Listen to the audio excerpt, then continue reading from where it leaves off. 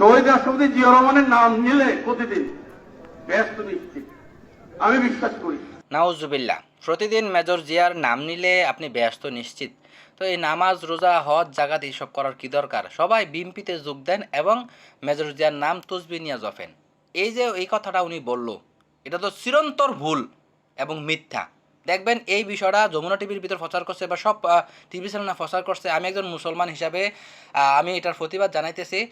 আল্লাহ তালা ওনারে হেদায়ত দান করুক। এই যে উনি বলছে, বলার পরে দেখেন হাজার হাজার ওইখানে শত শত নেতাকর্মী ছিল, একজনও মুসলমান আসিল না, যার কারণে যে এটার প্রতিবাদ করার জন্য যেটা কী করলেন, শেখ মুজিবুর রহমানের মাথায় যখন মানুষ ফর্সাপ করছে উঠা, একজনও দেশপ্রেমিক ছিল না বলার জন্য যে তুই এটা কী করতেছস। কেননা ওনার মেয়ে এবং ওনার কৃতকর্মের কারণে মানুষ ওনার উপরে প্রস্তাব করছে। যে মানুষগুলো ওনার গলার ভিতরে ফুলের মালা দিত, ওই মানুষগুলোই আবার ওনার মাথার উপরে প্রস্তাব করছে। দেশপ্রেম, এই প্রেম সেই প্রেম, ওই সময় একটা মানুষও কিন্তু ছিল না যে তোরা এই কাজটা করিস না।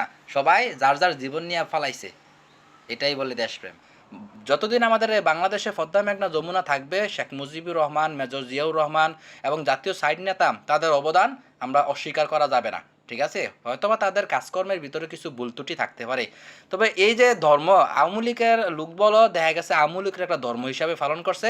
এখন এই যে এই মানুষগুলা, বিএনপির মানুষগুলাও দেখা গেছে কি বিএনপির একটা ধর্ম হিসাবে পালন করতে যাইতেছে।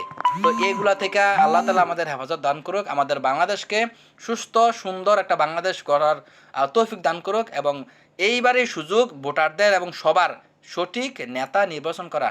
একজন সঠিক লিডার বা একজন সঠিক নেতা নির্বাচন করলে ইনশাল্লাহ আমার বাংলাদেশ সোনার বাংলাদেশ হবে।